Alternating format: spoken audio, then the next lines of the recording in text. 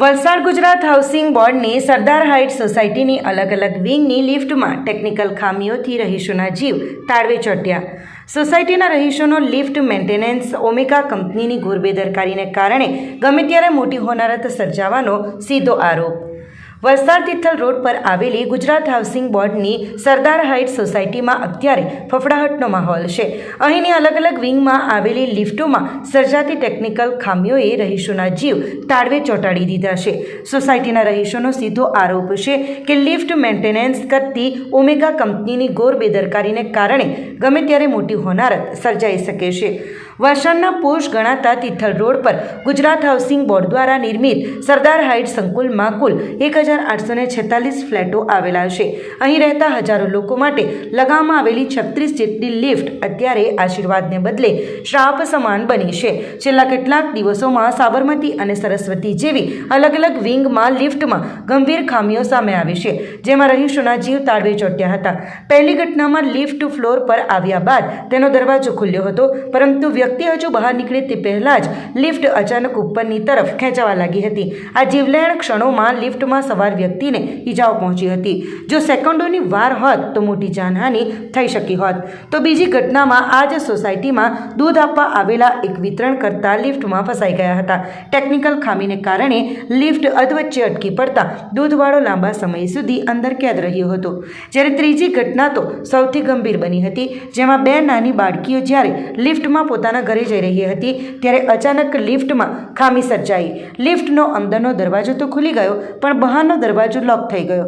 અંધારા અને ગભરામણ વચ્ચે આ માસૂમ બાળકીઓ 11 મિનિટ સુધી લિફ્ટમાં ફસાયેલી રહી હતી। બાળકીઓનો રડવાનો અવાજ સાંભળી રહીશો ભેગા થયા ત્યારે માંડ તેમને બહાર કાઢવામાં આવ્યા હતા। આ સંકુલમાં આશરે 1846 જેટલા ફ્લેટો આવેલા છે અને 7000થી વધુ લોકો વસે છે। લિફ્ટની આ દશાને કારણે લોકો હવે 10મા માળે જવા માટે પણ દાદરનો ઉપયોગ કરવા મજબૂર બન્યા છે। નાના બાળકોમાં એટલો ભય છે કે પરીક્ષા હોવા છતાં તેઓ લિફ્ટમાં બેસવાને બદલે 15 મિનિટ વહેલા તૈયાર થઈ દાદર ઉતરી રહ્યા છે।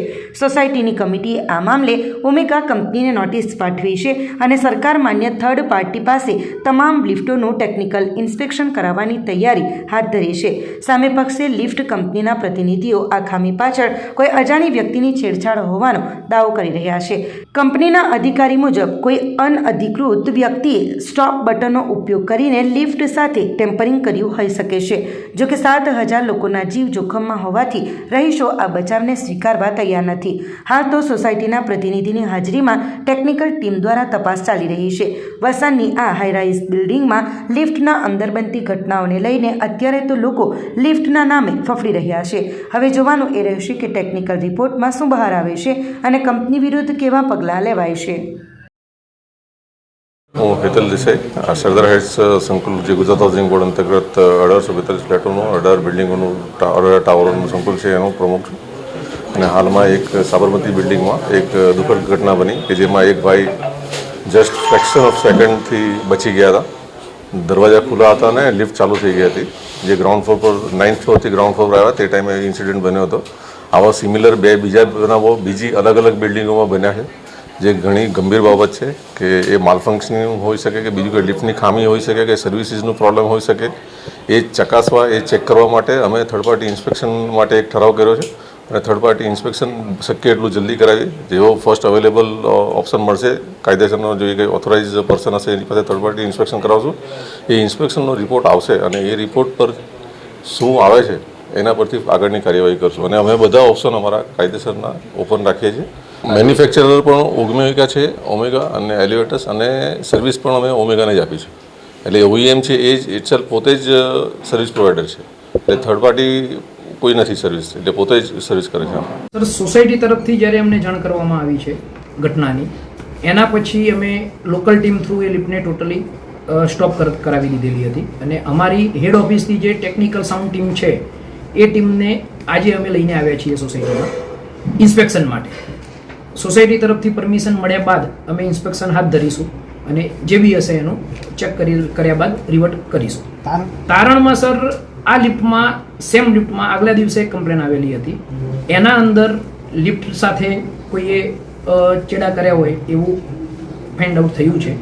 એમાં એવું થયું છે કે લિફ્ટને કોઈ બે ફ્લોરના વચ્ચે કોઈ થર્ડ પર્સને જાણી જોઈને બે ફ્લોરના વચ્ચે સ્ટોપ કરેલી છે સ્ટોપ બટન થ્રુ. અને કમ્પ્લેન જ્યારે લોક કરી છે, અમે અમારો ટેકનિશિયન આવે છે, સોસાયટીનો જે માણસ છે વિશાલભાઈ કરીને, એમને જોડે રાખીને અમે ઇન્સ્પેક્શન હાથ ધરેલ છે અને એમને એ વસ્તુ બતાવેલું બી છે કે સ્ટોપ બટન કોઈએ મારેલું છે, યાની કે કોઈ અનઓથોરાઇઝ પર્સન, જે અમારી કંપની સિવાયનો કોઈ માણસ લિફ્ટમાં એન્ટર થયો છે, કે જેને શું શું કર્યું હશે એ અત્યારે હું નહીં કહી શકું. મારું નામ વત્સલ પંચાલ છે. સાબરમતી બિલ્ડિંગમાં રહું છું, 9મા માળે. અને આ ઘટના 3 તારીખના સવારે 7:15ની આસપાસ થઈ હતી. એટલે હું લિફ્ટમાંથી બહાર નીકળતો હતો ગ્રાઉન્ડ ફ્લોર પર, અને મેં મારો જમણો પગ બહાર કાઢ્યો અને બીજો પગ લઉં એ પહેલાં લિફ્ટ લગભગ ડબલ કરતાં બી વધારે સ્પીડ એકદમ ઉપર જવા લાગી. એટલે મેં લેફ્ટ પગથી મારી જાતને બહાર ફેંકી દીધો. એ પહેલાં મારું માથું ઉપર ભટકાયું હતું અને મારો બંને હાથ થોડા ભટકાયા હતા. માથામાં થોડી ઇન્જરી થઈ. મેન્ટેનન્સ તો થાય છે, પણ કેવું પ્રકારનું મેન્ટેનન્સ થાય છે એ થોડી સમજની બહારની વસ્તુ છે. કારણ કે આમાં જે રીતે લિફ્ટ બિહેવ કર્યું છે, there is a big error. આપણી સંકલ્પ ન્યૂઝ ચેનલને સબસ્ક્રાઇબ અને લાઇક કરો, બેલ આઇકન દબાવો, જેથી આવનાર ન્યૂઝ અપડેટ્સની નોટિફિકેશન આપના મોબાઈલ પર સૌથી પહેલા પહોંચે. Like, subscribe and share the video.